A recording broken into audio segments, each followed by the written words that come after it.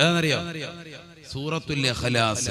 എപ്പ കടന്നാലും വീട്ടിൽ പിന്നെ നല്ല സുഖമായിരിക്കും. ആ വീട്ടിൽ ഒരു സ്വസ്ഥതയുണ്ടാകും. സമാധാനം ഇല്ല എന്ന് പറയുന്നില്ലേ, അത് മാറിക്കിട്ടും. സമാധാനം ഉണ്ടാകും. ഇന്ന് മുതൽ ചെയ്തു നോക്ക്. ഇന്ന് മുതൽ നിങ്ങൾ വാല് കഴിഞ്ഞ് വീട്ടിലേക്ക് ചെല്ലുമ്പോൾ ഒരു സൂറത്തുൽ ഇഖ്ലാസ് ഒറ്റവട്ടം ഓതിയാൽ മതി.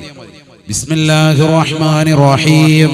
ഖുൽ ഹുവല്ലാഹു അഹദ് അല്ലാഹു സമദ് ലം യലിദ് വലം യൂലദ് വലം യകുൽ ലഹു കുഫുവൻ അഹദ്. അത് ചൊല്ലിയിട്ട് വേണം വീട്ടിനുള്ളിലേക്ക് കടക്കാൻ.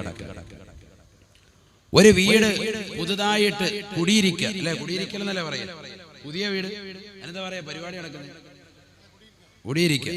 അങ്ങനെ കുടിയിരിക്കുന്ന സമയത്ത് അടുപ്പ് കത്തിക്കുന്ന സമയത്ത് അതിനു മുമ്പ് എല്ലാവരും കൂടി, ശുദ്ധിയുള്ള എല്ലാവരും കൂടി സൂറത്തു ഖുറൈശ് 3 പ്രാവശ്യം ഓതാം. വീടൊക്കെ കഴിഞ്ഞിപ്പോ 10 കൊല്ലമായി താമസം തുടങ്ങിയിട്ട്.